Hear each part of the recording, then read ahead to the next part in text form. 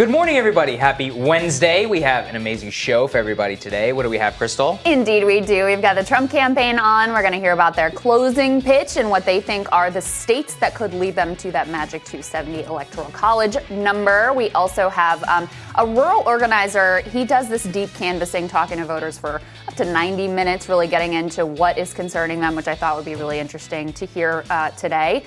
But we wanted to start with some pretty eye-popping new poll numbers that just dropped this morning. Yeah, that's a big one. Washington Post, ABC, let's throw this up there on the screen. So we've got Michigan at Biden 51, Trump 44. Wisconsin, a whopping Biden 57, Trump 40. I'm going to go out on a limb, Krystal, and say that Biden's not going to win the state of Wisconsin by 17 points.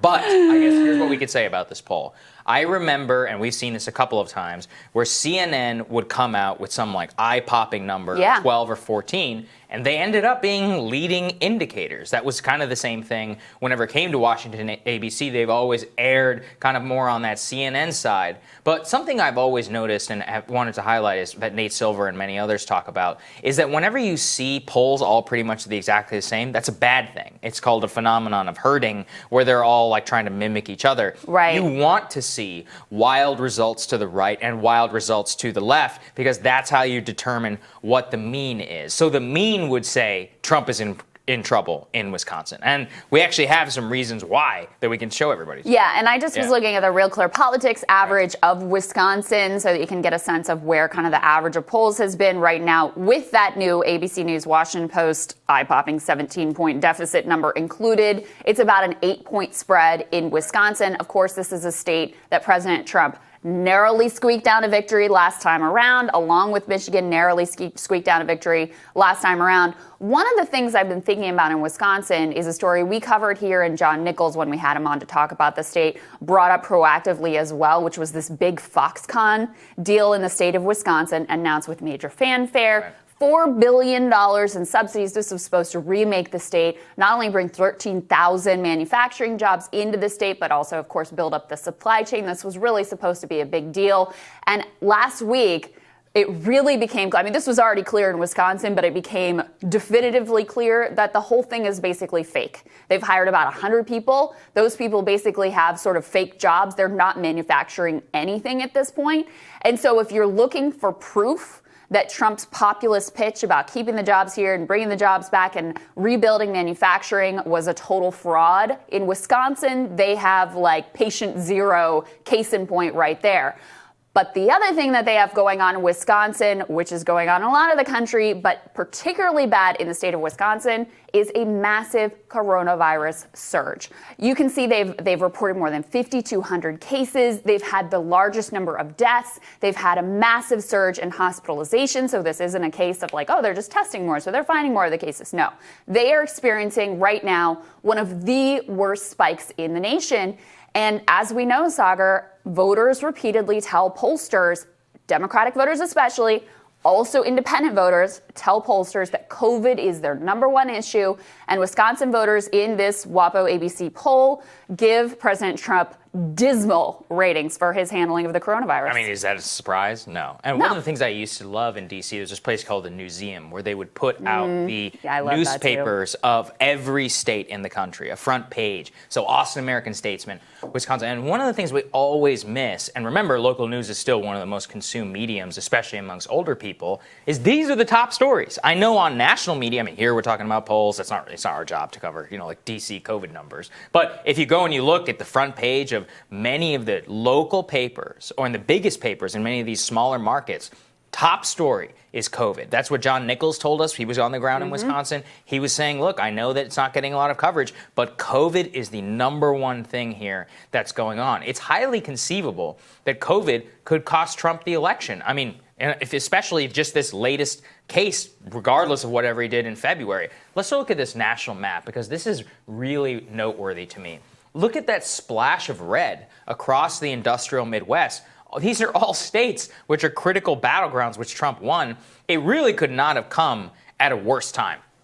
And this is what I talked about a couple days in one of my radars, where I was like, it's like a perfect storm of terrible things where Trump is on the wrong side, right? Like, he's on the wrong side of COVID in Wisconsin. He's on the wrong side of the economy by nuking the stimulus, and I'll talk about that today as well. You can see that whenever he's doing that, he's setting himself up for failure on the two most critical issues before the electorate. I think that map might actually be the entire story of this campaign. Yeah, I think you may be right about that. I mean, the one thing I will say, look, I think it's going to be really tough for Trump to win Wisconsin and Michigan at this point, especially because the exact reason why he had extra strength in the Electoral College last time around, which was all this strength with white voters and the fact that they were disproportionately represented in the Electoral College, especially in the industrial Midwest, is also why Joe Biden, who has done even better than with white voters, of all ages and demographic groups and all, college and non-college,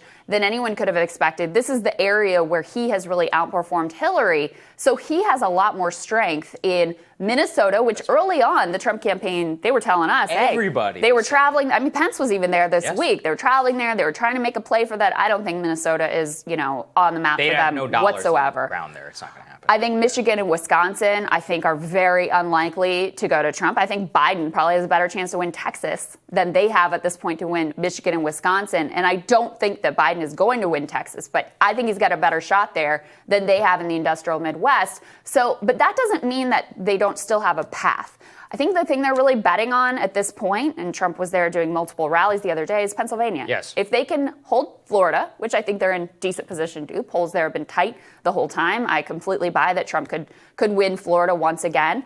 If they can hold that, they can hold Arizona. If they can win Pennsylvania, then they're still in position to pick up narrowly that 270 votes they would need. You're right. But part of the issue is that Arizona is not looking good. Arizona is one of the few states where, despite Trump's increase in the Latino vote, the flood of white college-educated suburbanites they're putting Biden over the edge. I mean, I actually saw Dave Wasserman say he would expect that Arizona flips to Biden more so than the state of Wisconsin. So think about that. I mean, he was like, the polling switch seems more in Biden's favor in Arizona than in a state that Trump won in Wisconsin as a battleground last time around in terms of flipping that. And I think that is just a very profound thing whenever it comes and we look at where the demographics are shifting towards Biden. And Nate Cohn had a really interesting piece on this today where he talks about the racial polarization in the electorate is down 17 points from 2016. Again, not something most people would want to talk about, but you have to look at why. It's college-educated whites across the country. Yeah. Texas, Wisconsin, that's another thing you point to. Philadelphia. This is another reason why I think that Biden is in better shape in Pennsylvania than a lot of us might even think, is because, yes, Trump has got that rock-solid support, but it hasn't gone up. In fact, Biden has gotten a few points. Not a lot, but a few. And the mainline suburbs of Pennsylvania are activated to a degree that they have not been in, probably since 2008. That's a huge problem for Trump. To that point, I saw Dave Wasserman tweeting this morning, the county that includes Austin. Yes. I can't remember, you maybe know what it is. I can't remember what it is. Travis County, maybe? Yes, anyway, Travis County. They already, a week out from Election Day, they have already surpassed their 2016 vote totals. Right. And this is a very, it's a liberal city. It's very highly college educated. Mm-hmm. So one little sign, you never want to read too much into any of these individual little things, but one sign that college educated people are very excited and very motivated to get out and vote, not for Joe Biden, but ultimately against Donald Trump. This was an interesting note as well from Nate Silver, just a little reality check here. So this was as of yesterday. There may be some more to throw in there. But in terms of post-debate polls, there have been 34, and the average change is basically nothing, 0.1 points toward Trump. So last debate, as we expected, you and I, Saagar, really didn't move the needle whatsoever. And while there have been some shifts and some swings in this race and over the course of the Trump presidency, the really remarkable thing, given everything that we've experienced in this country in the last couple of months, is how incredibly stable this thing has been. Joe Biden has had a 7, 8, 9-point national lead. Mm-hmm. It's basically stuck right in that zone. And that's all he needs to do. I mean, that's a huge, actually, popular vote win. That's about what Obama claimed back in 2008. Yes. Right? And that would lead him to having a significant, not a landslide, unlikely unless you're more on that 9-10 point swing, but that would lead to him having a significant electoral college victory. So the fact that that has been so stable and so unmovable, there's so few undecided voters left, I think is giving a lot of analysts confidence in what direction this is going to go next week. I think that's right. And you can see it reflected in Biden's ads. They're so anodyne. They're basically exactly how he opened his campaign. Yeah. No substance whatsoever. Just, I'm going back, folks. You can all sleep. They released their final back to brunch, closing guys. ad. Yep, that's right. Back to brunch. They released their final closing ad of this campaign that they will run across the nation. Let's take a listen.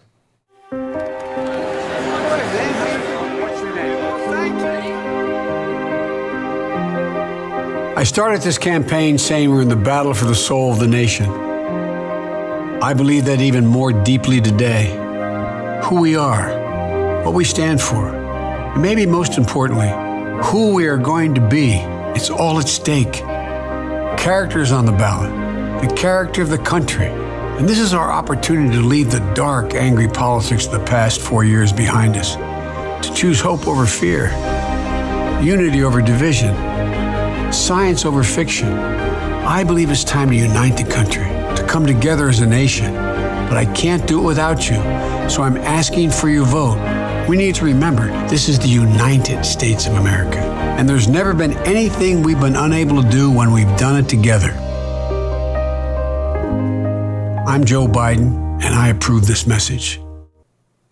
The man has been consistent. I mean, this looks very much like the same message that he opened the campaign with. And look, do I like this ad? No, I despise this ad. I despise, it's hokey. He doesn't say one single thing about policy. That's been the case with many of his ads. They're all just like, let me play some emotionally stirring music and show images of Americans all over the place and say we're going to come together. Do I think that it's been effective as a message for him? Yes. Yeah. I mean, I think this basic anodyne, standard issue American political rhetoric is the reason why he is well positioned for next week. Because given the amount of chaos that has unfurled across the country, some of it Trump's fault, some of it's not Trump's fault, Americans have never found the let's just take the temperature down and have a little bit of normalcy pitch more compelling. And what is that actually going to look like in practice? I think people are going to find very quickly that, first of all, there is no going back to normal. And second of all, there's a reason that people abandoned normal to begin with. But at this moment, especially for those suburban voters, college-educated white people who are in love with Joe Biden or in love at least with not Trump, I think this really lands. I don't know how many times we have to say it. It's a very bitter aftertaste, but a lot of people don't want to think that, right? They want to just take it right now, and I get it, but the day will come. The reckoning will come. Indeed it will. All right, we're going to tell you what's on our radars. That's next.